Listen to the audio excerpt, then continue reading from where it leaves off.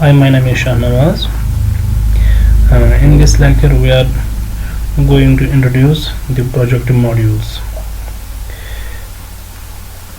But before that, we are going to prove that any R module can be expressed as a quotient of a free module. Now, let us prove this proposition.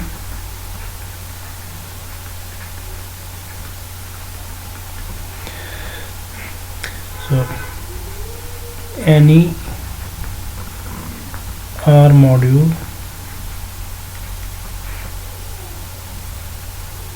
can be expressed as a quotient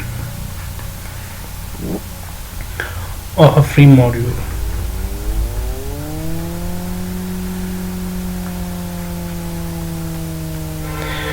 Now suppose if we have any, say, R module M, then what we have to prove? We have to prove this M, this is actually isomorphic to some quotient of a free module. Suppose if F is over free module, then this M is isomorphic to some quotient group of F. So let us suppose this is G here, where G is submodule of F. So this is what we have to prove, that any module R module M is actually the quotient of a free module. Now let us prove this.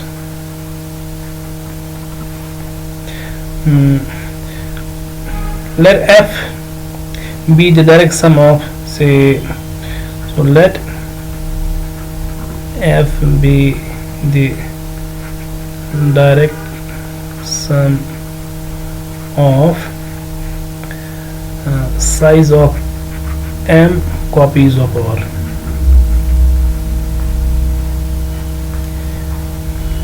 That is, this F is actually direct sum of copies of R, where this direct sum runs over the elements of M. This means that there are as many as semantics in this direct sum as the number of elements in M. So now if this is free, so obviously it's a free module, being the direct sum of copies of R. So now F being a free R module, so it must have a basis.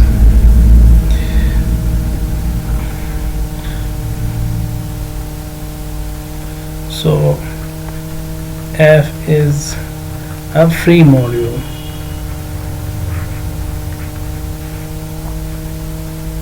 Now let us define it as basis. So let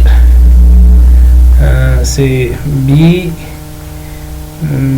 which contains the elements of the form xm, where M is in M, be a basis of F. So one can note here, each element in M can be identified as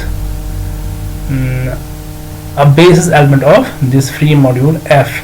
So this means that the rank of F is actually, so rank of F is actually the size of M, because basis of F contains as many elements as the number of elements in M. So this is our basis. Now we can define a function. So define a map, say gamma, from this basis to M, as, so this gamma takes an element, a basis element, say xm, and it maps this basis element to m. So actually this xm, this is a vector, and it has as many components as the number of elements in m.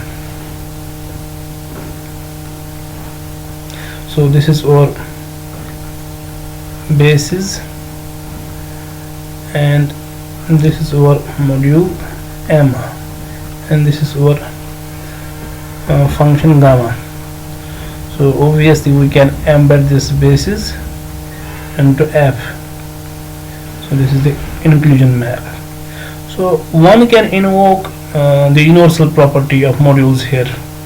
So we can extend this gamma to a unique or linear map from f to m. So therefore, by universal property of free modules, and this universal property, this is what we have done in the previous lecture.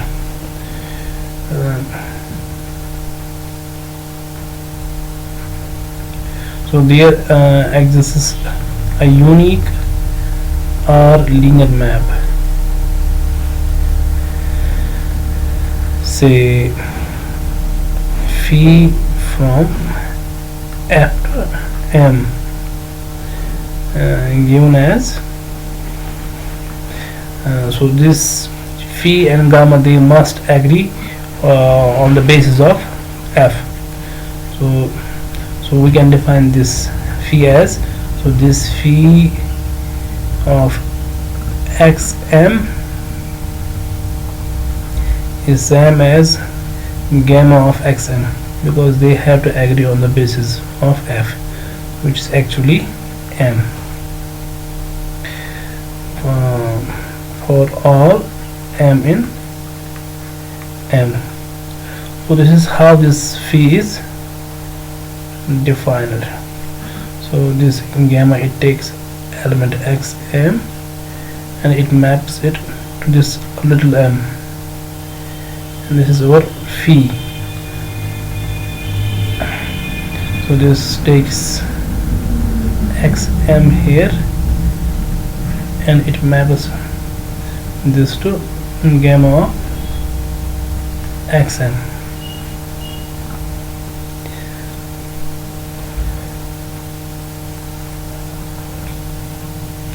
So one can note here this phi is surjection. So obviously phi is surjection, because each element in M is identified as a base element of F. So for each M here we have an element xm here. So one can invoke first isomorphism theorem on modules. So invoking first isomorphism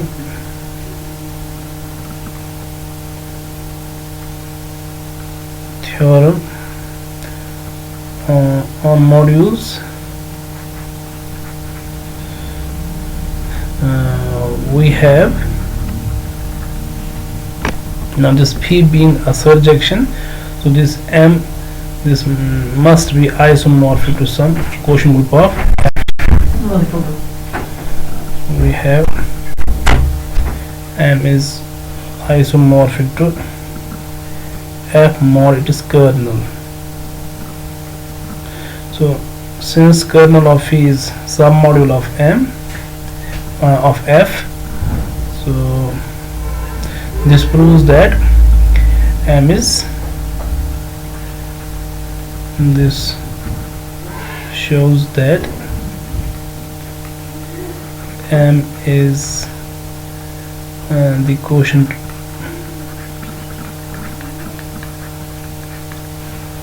of a free module.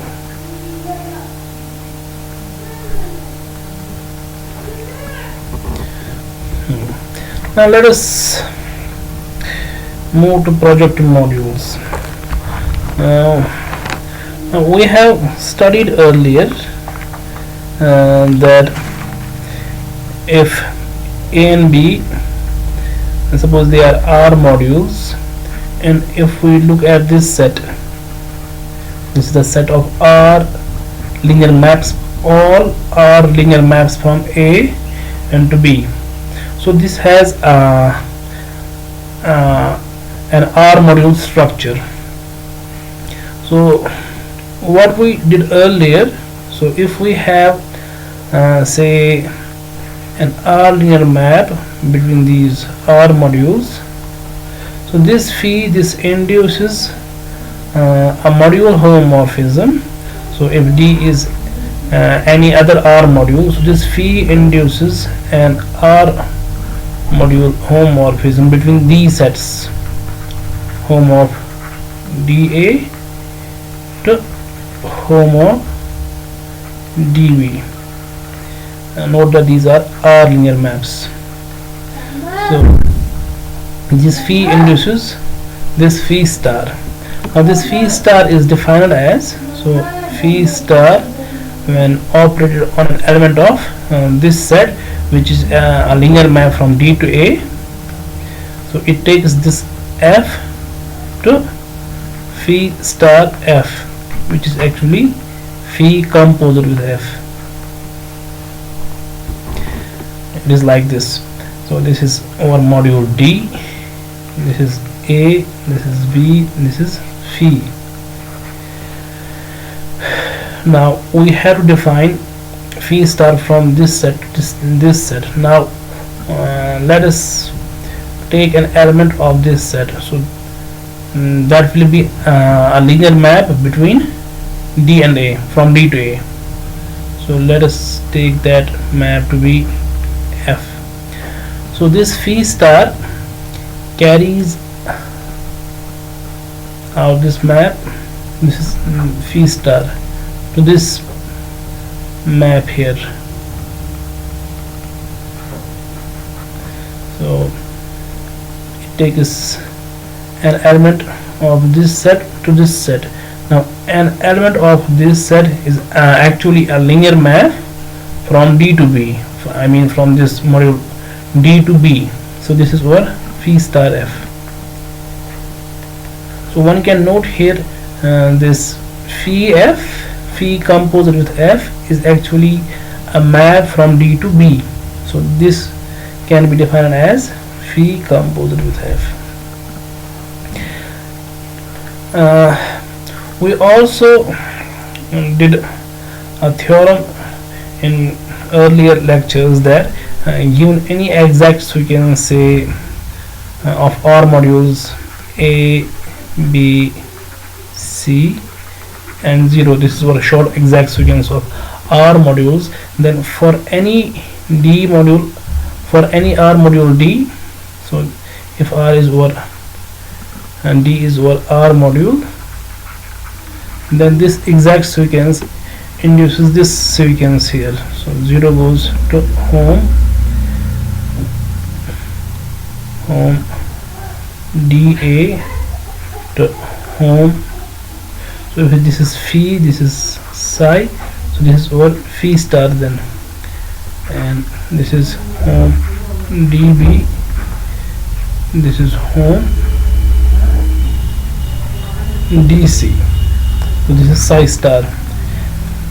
So one can note here 0 goes in and 0 comes out. So here 0 goes in but 0 does not come out. So that means here psi is surjective does not imply psi star is surjective, but phi being injective implies phi star is injective. And we did an example in the previous lectures to verify our claim that this psi star need not be surjective. So if we look at this exact sequence, 0 goes to, so in place of A we take 2z, B as z and C as z mod 2z. So then indeed this is an exact sequence. So this is 2z, this is z, this is z mod 2z, and this goes to 0. So this is the inclusion map here, and this is the canonical map here. So if we take if we take d to be equal to say z, say z mod 2z, then this exact sequence induces this exact sequence 2z.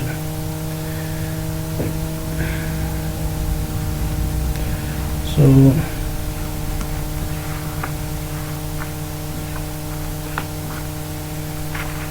if we take this sequence here, so this is z mod 2z comma 2z, this goes to z mod 2z comma z, this goes to z mod 2z, z mod 2z. So 0 does not come out here, because if we this is home and home. So if we look at this set, it consists of two elements. One is the 0 homomorphism, and other is the identity homomorphism. But when we look at this set, this contains just 0 homomorphism. So this one and this identity homomorphism does not have a pre-image. So this psi star here is not surjective. Now those modules, I mean, if D is a module such that this psi star is surjective, then D is called a projective module. Now let us make this as a remark.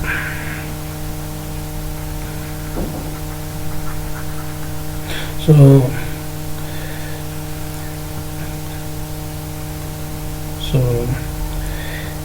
given any R module or modules A and B and a linear map phi from A to B. So if D is an R linear an R module, then this phi induces a linear map,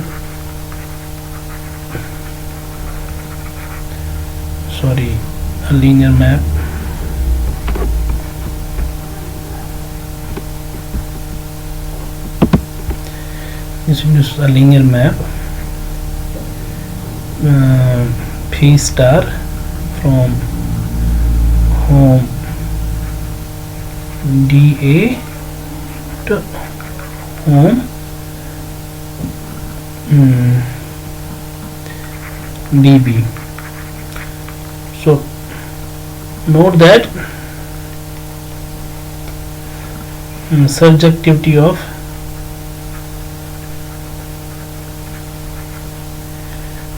this phi does not imply surjectivity of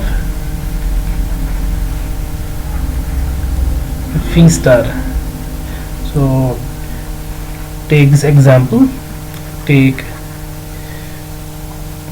A to be equal to Z, B to be equal to Z mod 2Z, and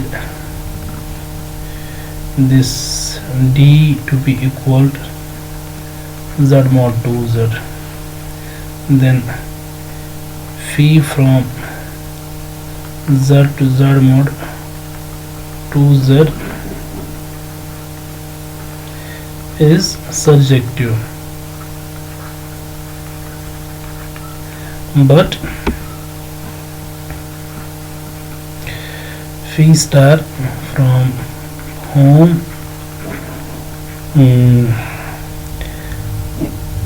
Z mod 2Z Z to home Z mod 2Z Z mod 2Z is not surjective,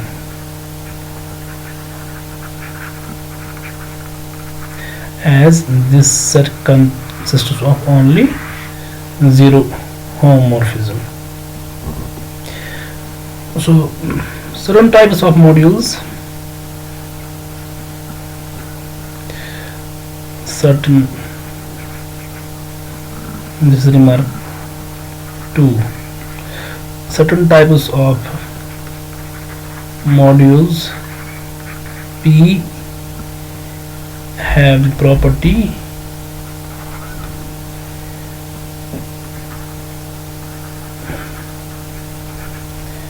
that for any surjection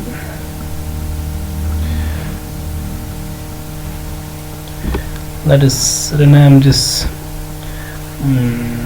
module as P. This is module P here.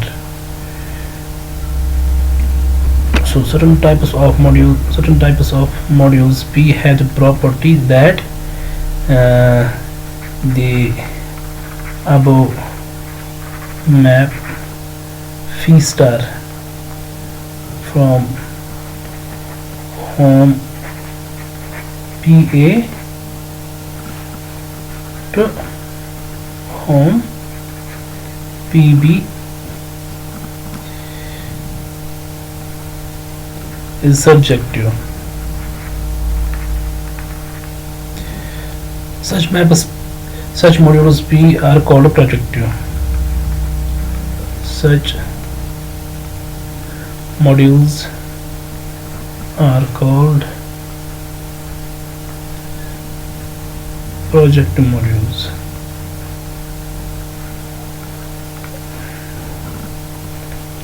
Now let us define these projective modules. There is an alternative definition, and this is a consequence of some result which we are going to prove in the upcoming lectures. So let us define these projective modules formally. So an R module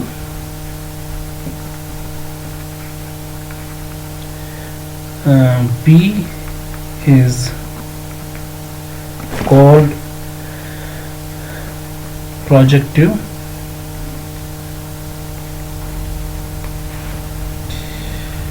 if it is direct segment of a free R module.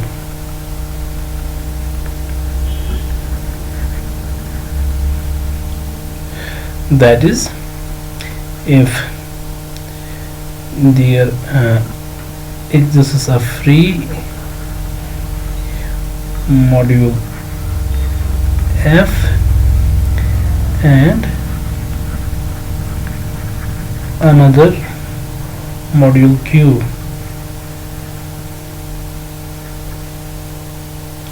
such that F is a direct sum of P and Q.